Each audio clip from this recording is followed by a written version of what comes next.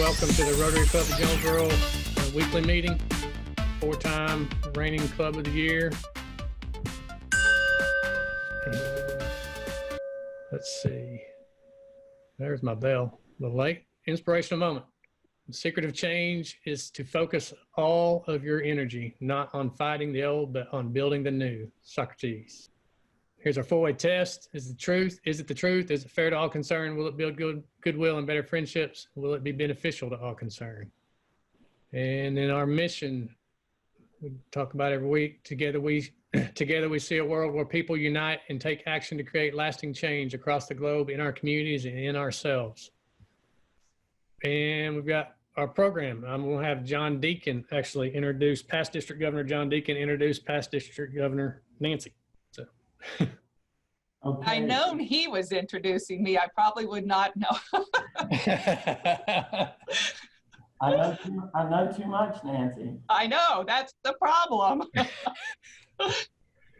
Well, I want to let our club know everything that you've done for Rotary. I kind of view Nancy as a superhero, so especially in our district, and she's an impact about how she combines her Rotary work with her real job, and it's amazing. But Nancy began attending Rotary meetings back before women really were allowed to join.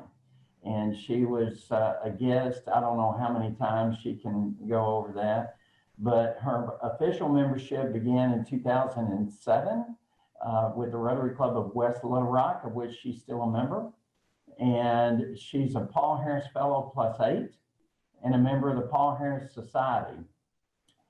She received New Rotarian of the Year Award in 2008, Rotarian of the Year in 2009 and 2010. She's in the district. She served as a member of the Youth Exchange Committee, trainer, conference chair, assistant governor, district governor, serving the year before my year, and mentored me and still does the entire way. And now she's a past governor. Then, as she was stepping down as governor, she agreed to be district membership chair. So this is it's kind of a notice to all the leadership. Once your job is over, it's not really over. You step back into another role. And she was invited by Rotary International to serve on the Rotary International's Innovative Club Committee, that they're brainstorming how to utilize the new direction of how Rotary can look and serve with all of this pandemic going on, and really creative ways to be a Rotary Club and still serve. She's executive director of Arkansas Livery Council, and which is the program today, and the network organization for 20, is it still 26, Nancy? 20, yeah, 25 or 26. 25 or 26 community-based literacy councils that serve adult learners around the state of Arkansas. She's a fourth-generation Californian. She moved to God's country here in Arkansas in 1999. And she and her husband, Daryl, have been married 34 years, and her daughter, Christy, is a Rotarian in the new Little Rock After Hours Club.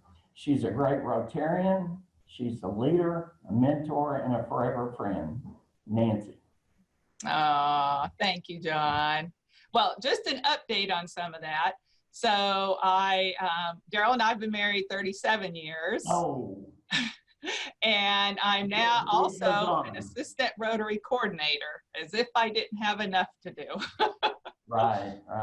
But I love Rotary, and I love seeing all my Jonesboro friends. I'm sorry I can't be there in person, but I have a big spot in my heart for the Jonesboro Rotarians.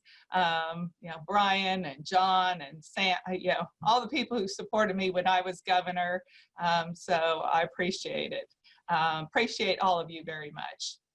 So what I'm going to do, I'm going to share my screen here in a moment, but most of us take reading for granted.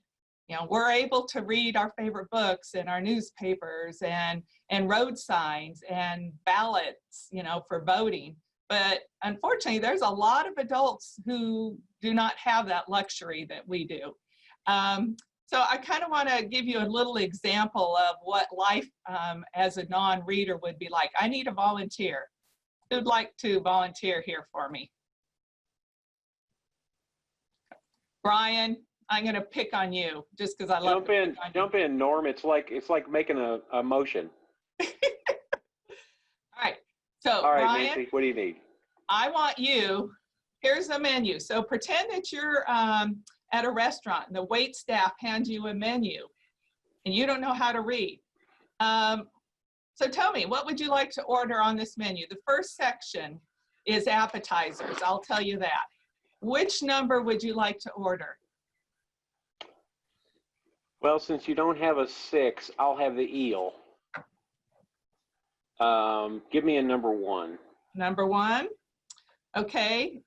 In the second section, what would you like to order? I really don't like tomato soup, but I'll go with. Sorry, we're out of tomato soup, sir. Oh, good, thank you. Give me the number 2. Okay, and then for your main entree, what would you like to order? And we are also out of hamburgers. Yeah, I figured because that's the number 6, and that's my number. Yeah. Give me that Greek salad number 4. Okay.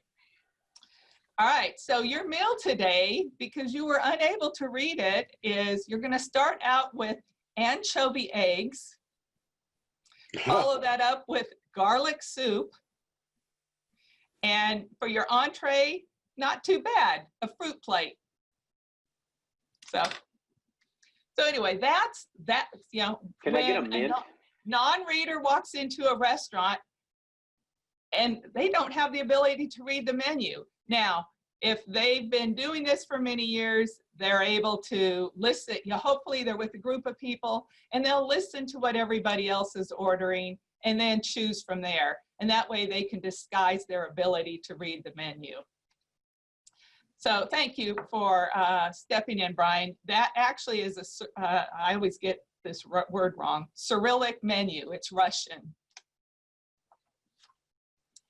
So let me go to my next. All right, why isn't this one? There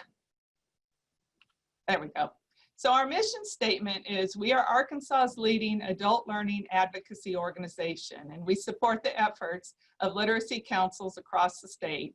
And together we work to improve the quality of life through raising reading, math, digital, health, financial, and English literacy. So in the early years, literacy was basically the ability to read and write. That simple. But it came to light in the early 1900s when the wars brought attention to the large number of soldiers who were illiterate. And so as you can see, today in our technology-rich environment, the definition is broader and much more complex.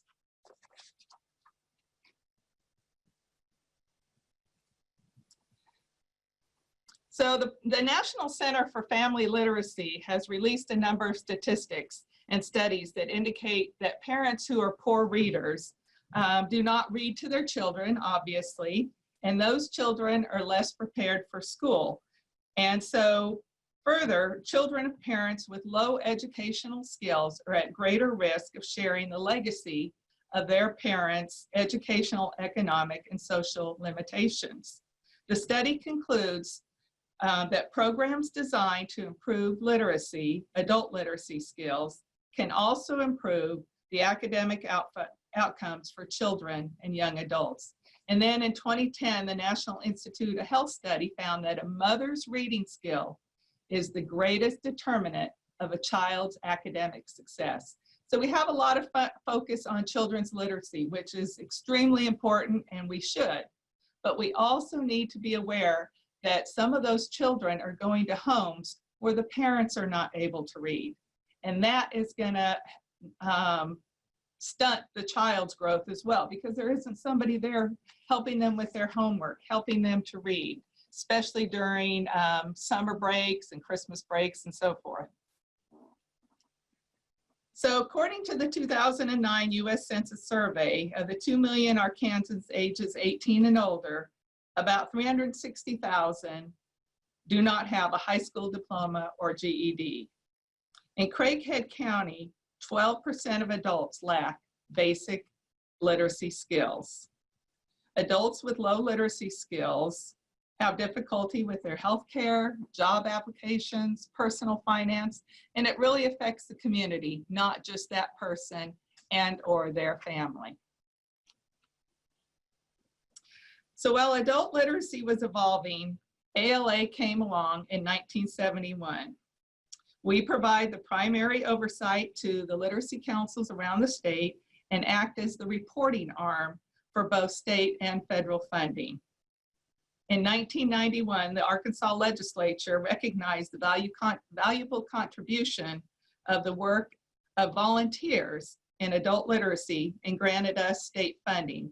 And a portion of that funding is used to provide for my salary and my office, and all the rest of it is granted out to our literacy councils across the state to help them provide their services. So as you can see here, all the green and purple is where we have literacy councils. The white is where we do not. We hope sometime this year, before the end of our fiscal year, which is in June 30, that Craighead County will be lit up.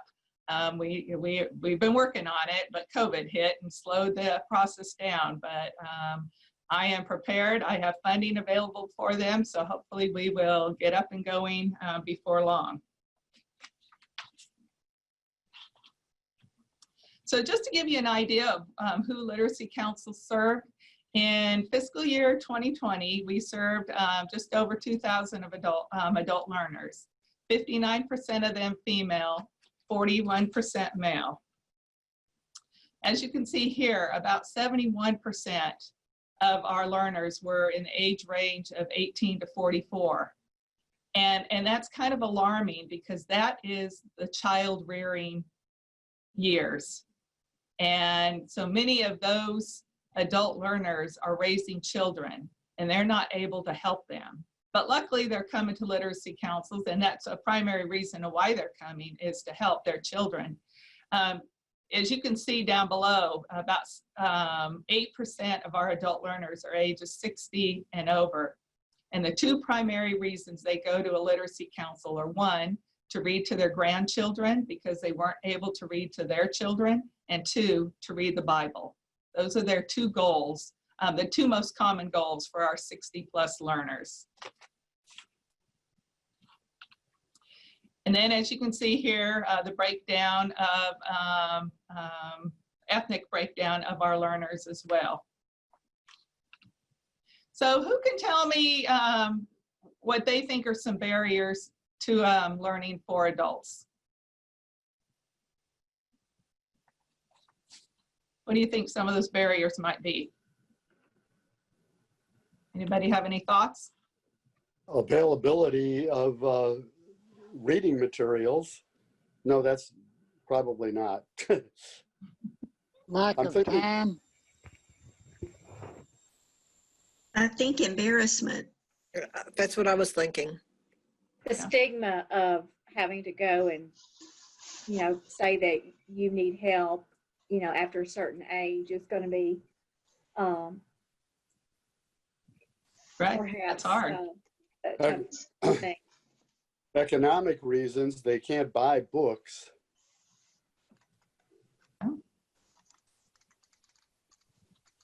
Well, here are some of the barriers. Embarrassment, you mentioned. Dyslexia. During our generation, for most of us, some of you are younger, but for most of us during our generation in school, dyslexia was not identified.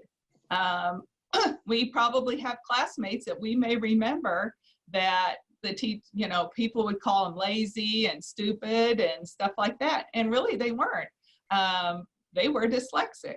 And nowadays that's identified in school, and those children are taught to overcome that disability. But so many people actually were dyslexic, dropped out of school because they were having a hard time learning. And then also, transportation, getting to a literacy council is an issue, childcare, and then time, obviously, is another reason why a barrier for learning. So I need another volunteer. Norman, you're unmuted, Okay. so I'm going to ask you too. I want you, this is going to be kind of a little example of what it's like to have, or to see if you have a learning disability. So what I'm going to have you do is I'm going to show you a chart next. And I want you to say the color, not the word. Say the color. So you ready? Yes. Okay. Yellow. By the way, I'm colorblind. Oh no. Oh no. The ones that Okay. say orange, yellow look blue to me. So we need somebody else who's not Yeah. colorblind. Right. I have a disability. I'll do it. Okay, go for it. Green, blue, red, gold, black, blue, blue, red, green, black, red, blue. I almost said yellow on the end there. That's hard, isn't it? It is hard. And It's that's, very hard. it is very hard. And that's somebody who has a disability trying to learn to read and write. I mean, that's what they're having to come up against. And you take into account they're also an adult. We're a little slower and we always have these preconceived notions and ideas. So if you have a disability, your brain understands what needs to be done, but you struggle to make, they struggle to make it come out right. And so that's just an example of what somebody with learning disability has to go through. So as another one, I need another volunteer. Is it with colors? No, it's, well, yeah, it is kind of. Okay, I'm out of it. All right. Who wants to go? Jill? Okay, I will. Okay. So I'm going to show you a sentence, and I want you to count the number of F's, F as in Frank, that you see in this sentence. Count only once. Don't go back and count them again. And then tell us how many F's you see in this statement. Go.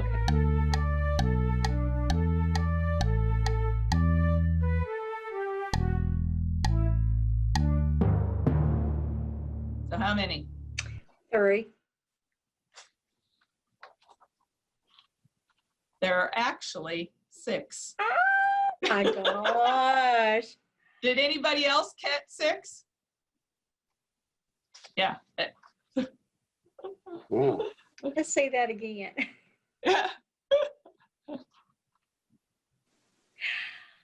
Oh, I sure did miss those, the ofs. Yep. The ofs is usually kind of, because I we're count too thinking one fast. thing.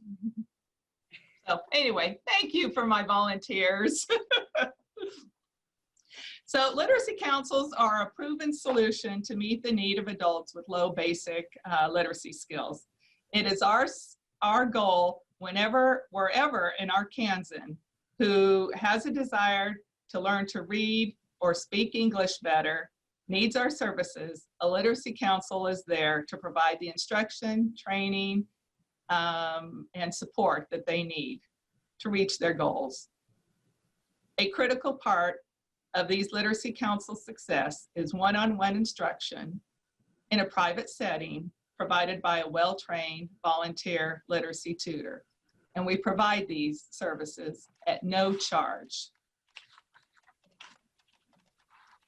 Often the success of an adult learner is a slow road, but ultimately the results are lasting and benefit not only the learner, but the community as a whole. So I'd like to share a success story with you of someone who may be familiar to many of you. Down there on the bottom, you may recognize former Mayor Herbert Brudell. So he dropped out of school after 8th grade. And by the age of 19, he was a successful insurance salesman, businessman, I should say. After 37 years in the insurance industry, he fulfilled a lifetime goal by becoming mayor of Jonesboro. And he served in that capacity for 18 years. Following his retirement as mayor, he set out to achieve another lifetime goal. And at the age of 78, he got his GED. And so while he was enrolled in the adult education program, working towards that, he was also enrolled in the literacy council that was in Jonesboro at the time to help him through his studies because he was not able to read very well. And so you just think about, here's somebody who was a successful businessman, and then he was your mayor, and he had struggles reading and didn't have a high school diploma. And those of you who knew him probably knew what a wonderful, loving, caring man he was. But he was able to hide the fact that he did not have an education. So if those of you who were on earlier might have heard Norman and I talking. The Northeast Arkansas Literacy League is being developed there in Craighead County, and it will be housed in the library. A board is in place. They're always needing more board members, and they're in the process of developing the job description for an executive director or a literacy specialist who can run with this program. So they need your help as a tutor, as a board member, or as a committee member. And like I said earlier, I hope that that council gets up and running by the end of the year. And once they do, they'll need donated funds, in-kind space, which they have, and supplies. But they also will need tutors and anybody that you might know who might be a benefit as an adult learner in this program. So the work of our literacy council doesn't just affect the 14.3% of Arkansans who lack the literacy skills. It affects us all. And as I said earlier, our literacy councils don't just do reading and writing anymore. Workplace skills, we have a number of councils that go into the workplace and work with employees to help them with their reading, but also workplace skills, being on time, drug-free, all those benefits and responsibilities and requirements. But we also do digital literacy, health literacy, financial literacy, all those areas that will help adults to succeed and be, what's the word I want? Be successful in their communities.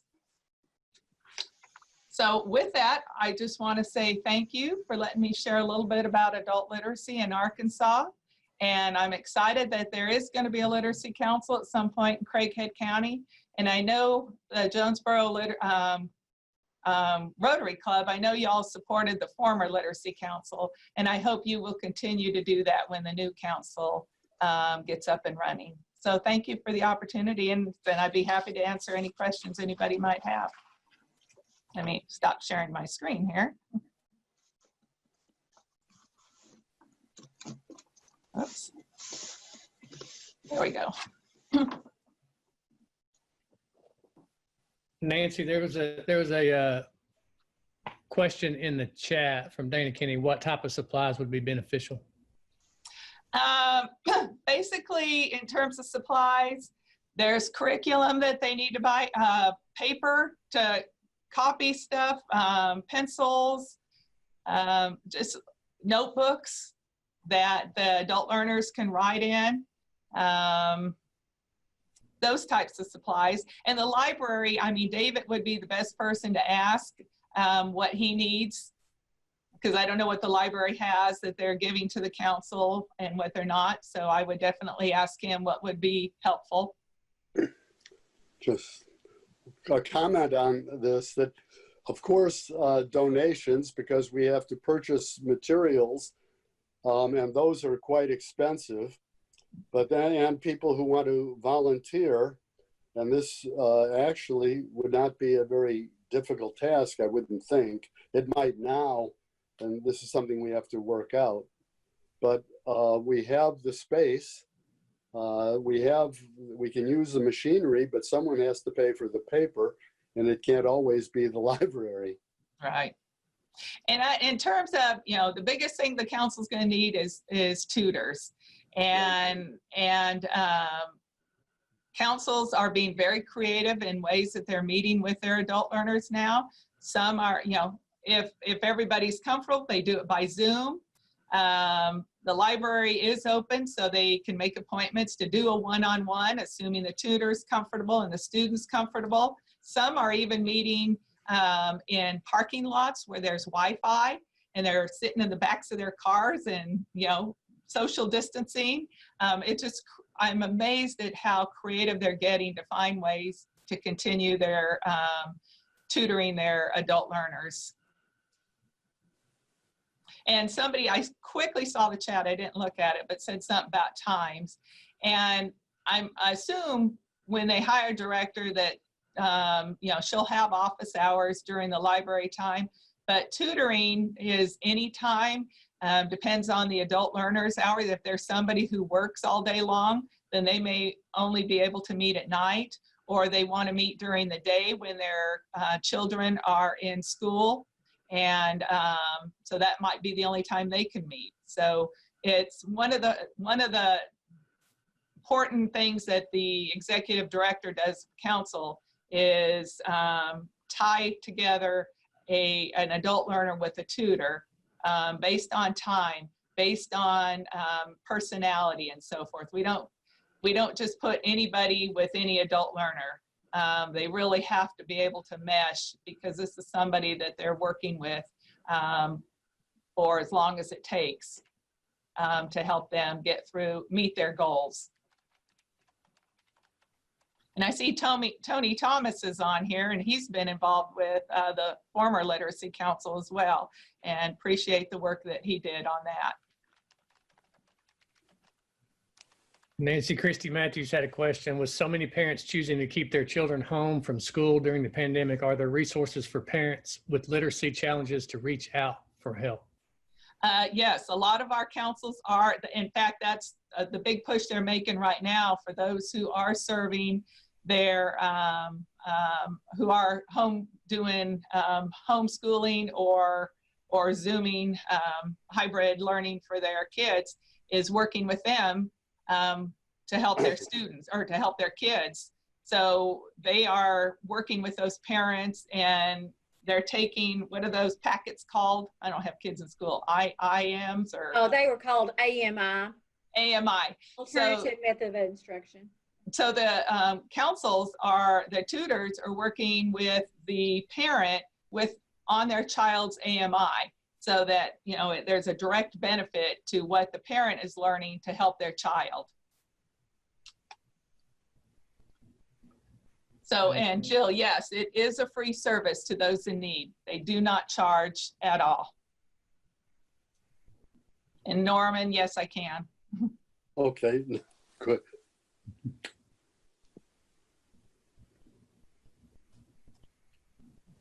So, any other questions?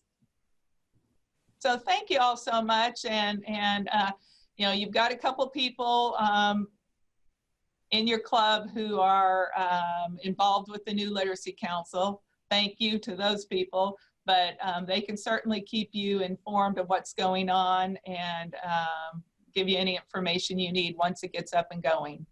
And not only tutoring, but if we all know somebody who can't read, and we may not realize it, but we do.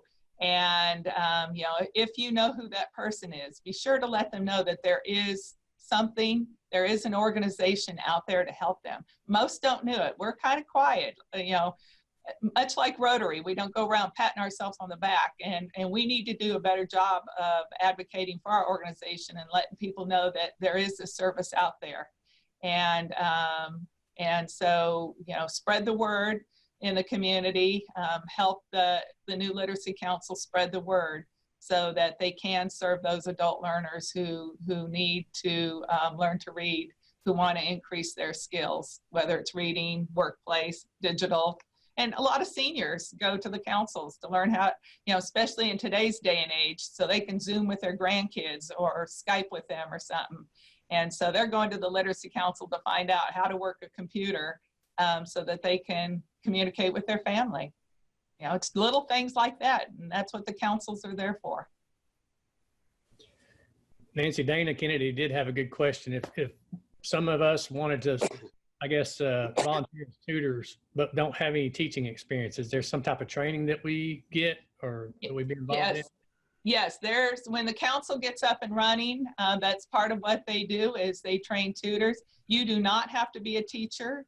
In fact, probably prefer you don't, because you're going to come in with this whole set of skills that you think apply to children, should apply to adults, and it doesn't. Adults are a very different form of teaching. And also a lot of people think, well, I don't know Spanish or whatever, Marshallese or whatever language, so how can I help those English language learners? You don't need to have, you do not need to know how to speak their language, because you're not teaching them their language, you're teaching them English. And so that's, you don't need to know what they are saying, they just need to learn what you're saying. So, but that's something that Literacy Council will work with the new volunteers, is training them to be effective tutors. All right. Well, thank you, Nancy, for getting on here and presenting that to us. That's really good information. Like I said, it is kind of surprising at how many people do not know how to read and struggle with that.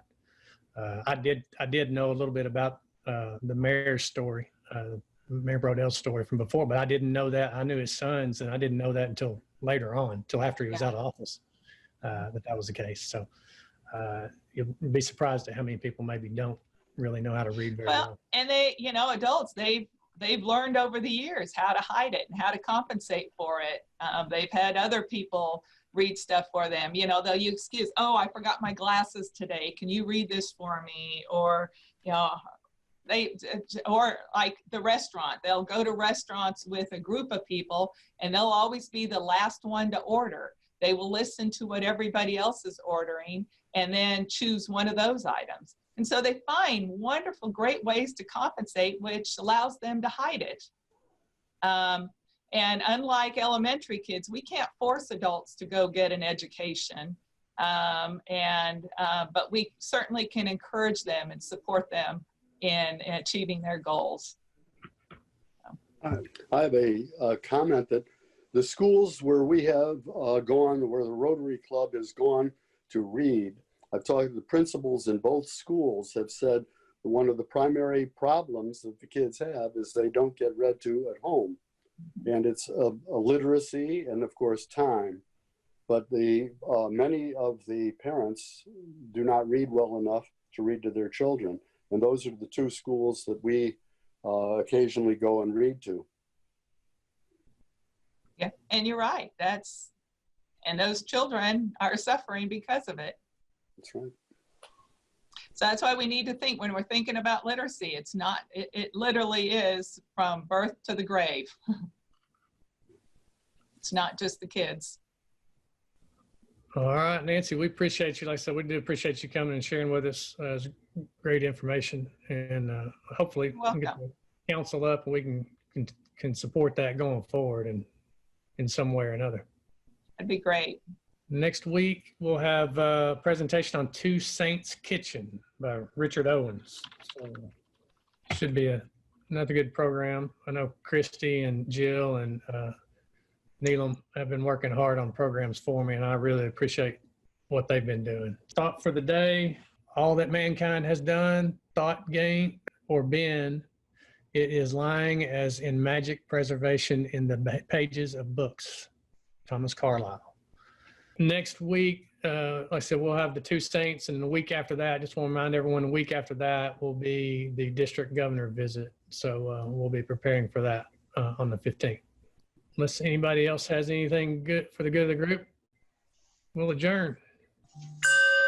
Y'all have a great Good program. Bye, everyone. Thank Bye, Nancy. Bye, Andy.